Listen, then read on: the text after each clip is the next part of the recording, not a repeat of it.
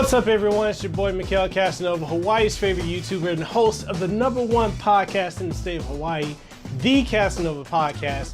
I am back at you with another video, and this is going to be my review of Mega Man 11 for the Nintendo Switch, also for PlayStation 4, Xbox, and PC. Now, this game has been amazing. I have it digitally on the other platforms, but I physically picked it up for the Nintendo Switch along with the collector's edition with the amiibo, which, man, I love it. I don't really collect amiibos a whole lot, but if I were to show you up here, that would definitely say a different story. I do definitely collect certain amiibos, not all, but many.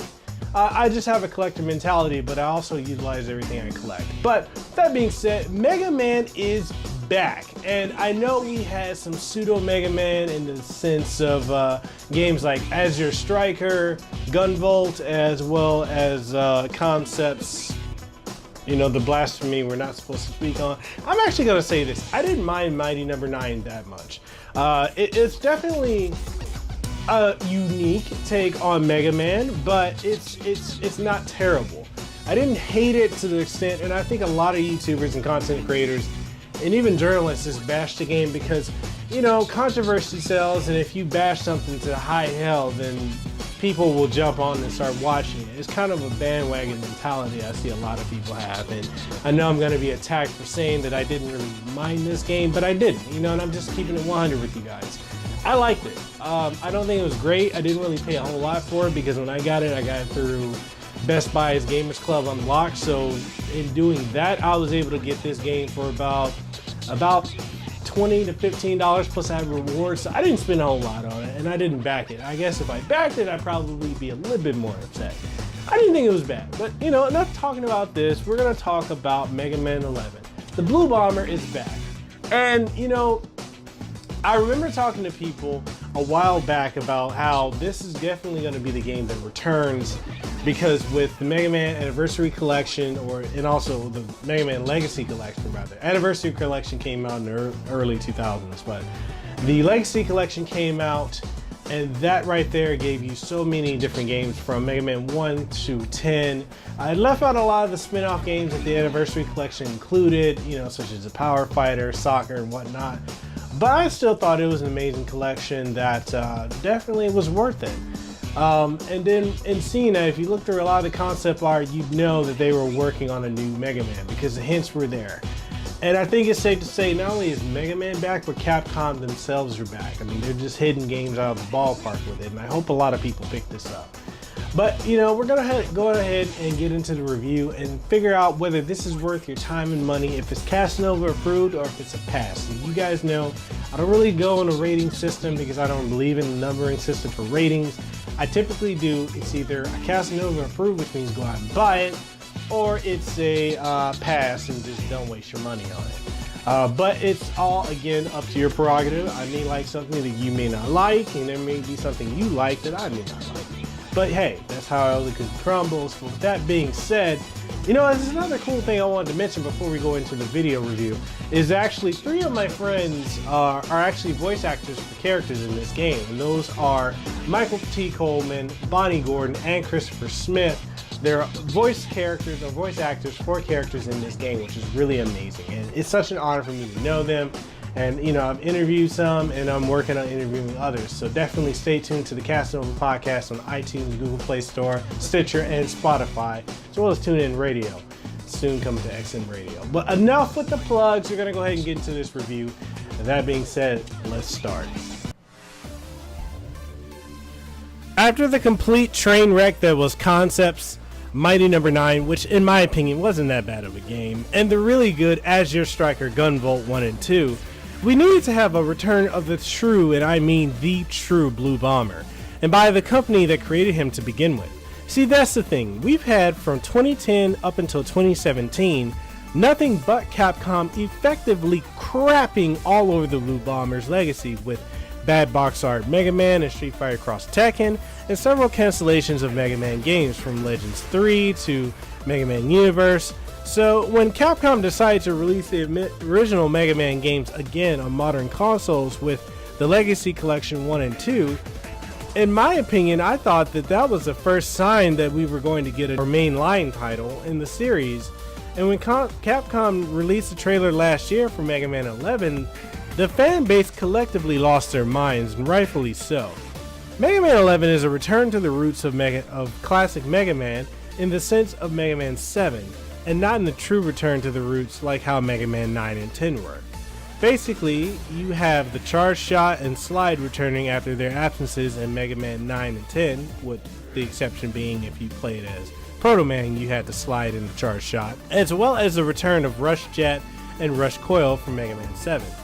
Story-wise, the game starts off with a flashback to a young Dr. Thomas Light and Albert Wily and their robotics university years, with Dr. Wily presenting his invention of the double gear system, which significantly increases the power and abilities of robots, which he intended to use to advance robotics. However, with objections from Dr. Light and the board of the Robotics University, of which it seems from this moment is where the enmity between Dr. Light and Wily, or where the enmity towards Dr. Light from Dr. Wily started. This turns out to be a recollection of something that Dr. Wily had experienced in the past, so he dreamed about it. And as he wakes up, he remembers that he made the double gear system and then decides to bring that back into use. We skip scenes to see Dr. Light tuning up Blockman, of which then the scene pans to show the other robot masters: Fuse Man, Blast Man, Acid Man, Tundra Man, Torch Man, Impact Man, and Bounce Man waiting to be tuned up, with Dr. Wily breaking in and capturing the robot masters, and leaving with Mega Man arriving late onto the scene, ready to chase after Dr. Wily. Rock, or Mega Man as he's known in America, is then informed by Dr. Light of the double gear system and warned of its dangers, and is then equipped with the item to have him capable of fighting off the robot masters and eventually Dr. Wily. In a nutshell, that's the story, folks. There aren't any real twists or turns to speak of, as it's pretty straightforward, and while I enjoy it, I do wish that there was some kind of cameo from Proto Man, Bass and Treble, King or Duo, but that's what DLC is for. They could have tried to tie classic Mega Man to the X series, but they also did not do that, so honestly it is what it is. The gameplay is, as stated earlier, a return to form for Mega Man, with him having all his abilities from Mega Man 7, with the return of his chargeable Mega Buster and his classic Sonic ability, along with the new double gear abilities such as the Power Gear, which temporarily increases the power of Mega Man's Mega Buster, as well as the powers gained from the Robot Masters as well.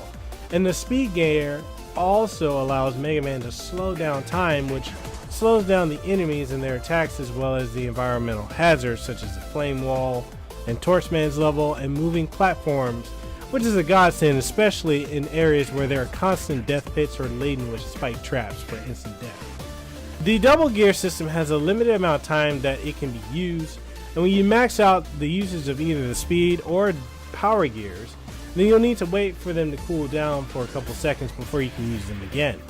When Mega Man's health is critically low, he can activate both gears to perform a powerful charge shot, which can only be used once and leaves Mega Man weakened afterwards. Mega Man also gets the Robot Master's abilities as usual. However, for the first time ever, and also as a nod to the old 90s cartoon, he now has a physical change when gaining a Robot Master's power, and not only his color scheme, but also in his physical appearance. Blockman's power gives Mega a giant hand and head add-on, while Fuse Man's power gives Mega a charge rod on his head as well as his arms. Now, graphically speaking, the game looks amazing with its 3D and cel shading style that suits Mega Man perfectly.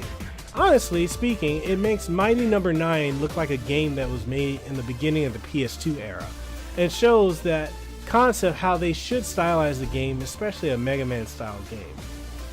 And when it comes to voice acting, I have to say that in comparison to Mega Man 8 and even Mega Man X4, the voice acting is light years and millenniums better than what we had in a traditional Mega Man game, especially when compared to Mega Man 8 with its Elmer Fudd sounding Dr. Light and female sounding Mega Man, which was odd given that Mega Man Legends, which came out in '97 around the same time as 8 and X4, had Corey Seaver portraying Mega Man Volna and sounding how Mega Man should. Unfortunately, they dropped Corey in the sequel, which baffled me, but The voice actor for Mega Man, Benjamin Dishkin, does a fantastic job of voicing the Blue Bomber, as his portrayal of Mega Man is in the upper echelon with the voice actors for X and the original Mega Man Volknot.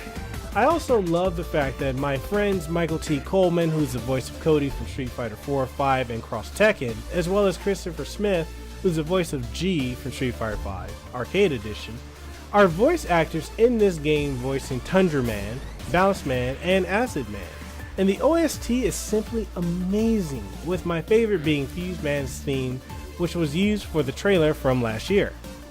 The game also gives you, for the first time in a Mega Man game since Mega Man 10, not including the Legacy Collection, the ability to select the difficulty of the game with the option of playing on newcomer, casual, normal, and superhero. There's also additional features such as missions, time trials, and global leaderboard, art gallery, and more. If you're on the Nintendo Switch version, you can also utilize the amiibo support to unlock various in-game items. So, in the end, is Mega Man 11 a good return of the Blue Bomber after a near decade of silence on the forefront? Why, yes. Yes, it is, most certainly. And it's good to have Mega Man back, and based on how well this does, and with how much love Capcom has been gracing us with over the entirety of this year with the Blue Bomber, I think it's safe to say that the Mega Man is fully back, and that also we should expect the Mega Man X9 game to follow suit. Mega Man 11, while thoroughly fun and challenging, is only held back by its short length, but with it only costing about $29 digitally or $39 physically, I can't really argue against the game's length entirely. As for what you pay for, you get a lot of gaming goodness. And with that being said, Mega Man 11 is Kasanova approved. So go out and buy this ASAP. You will not regret it. Alright, and that just about wraps up this video review for Mega Man 11.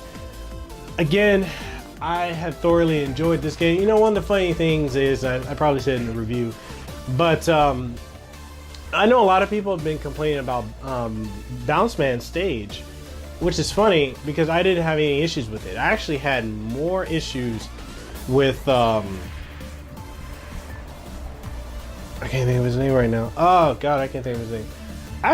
I actually did not have trouble with Bounce Man stage. I had trouble with another stage, just because of the pitfalls and whatnot. But then once I got a lot of the power-ups, and I wasn't trying to play like old school Mega Man, you know, with just straight skill, I started using the gear system, the double gear system, the rush jet, as well as, you know, the different items you can use to negate, like knockback and whatnot. It definitely made the game a lot easier within that particular level, which I'll show you in a second. But with that being said, the game is amazing. I think the voice acting is really good. Definitely leagues, miles, millenniums ahead of whatever the hell they were doing with Mega Man 8. That was some horrendous voice acting. I mean, God, that was horrible. The voice acting in this game is top notch. Again, like I said, I've got 3 friends doing voice acting for characters in the game, from Christopher Smith, Michael T. Coleman, as well as Bonnie Gordon. So it's definitely amazing. The fact that I know these voice actors and I'm friends with them is super cool. But with that being said, this game is definitely Kasanova approved. You should definitely go out and buy it. I think you'll enjoy it. It's only 29 bucks, or I think it's 39 bucks if you buy it physically. If you get it digitally, it's $29 if you get the collector's edition. I think that's $49 because of the amiibo that's thrown in, which I think those are in very limited supplies, and I think it's a GameStop exclusive. So if you're gonna get it for the Nintendo Switch, I definitely say do that. I know some people have said that there's issues with like slowdown on the Nintendo Switch version, as well as the PC and Xbox One version. I've actually not run into any of those issues whatsoever, but you know, I've enjoyed it. I think this is a phenomenal game. I think you'll like it. But with that being said, why don't you guys tell me what your prerogatives are in the comment section below. If you guys enjoyed this video, you want to see more, make sure you like, share, comment, subscribe, tell me what you think down below. And if you want to catch my interview with Michael T. Coleman, as well as my upcoming interviews with Bonnie Gordon, Christopher Smith, and even Ruben Langdon, the voice of Dante, and Ken Masters of Street Fighter, as well as Devil May Cry, make sure you check out the Kasanova podcast, which is the #1 podcast in the state of Hawaii.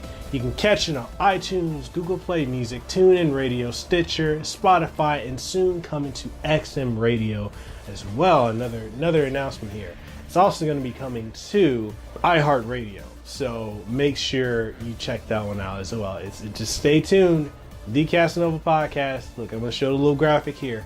This podcast, this is one you need to check out. Tons of interviews, tons of different variety of content. It's going to be coming at you. And you can also catch episodes. I have a playlist for it here on YouTube. So with that being said, thank you guys for watching. Capcom, thank you for making another amazing game. And thank you for showing us what Mega Man is and what Mega Man surely is not. And with that being said, I'll catch you guys on the next one. Deuce is wild, too sweet, be the elite. Be the golden elite. I'll catch you on the next one.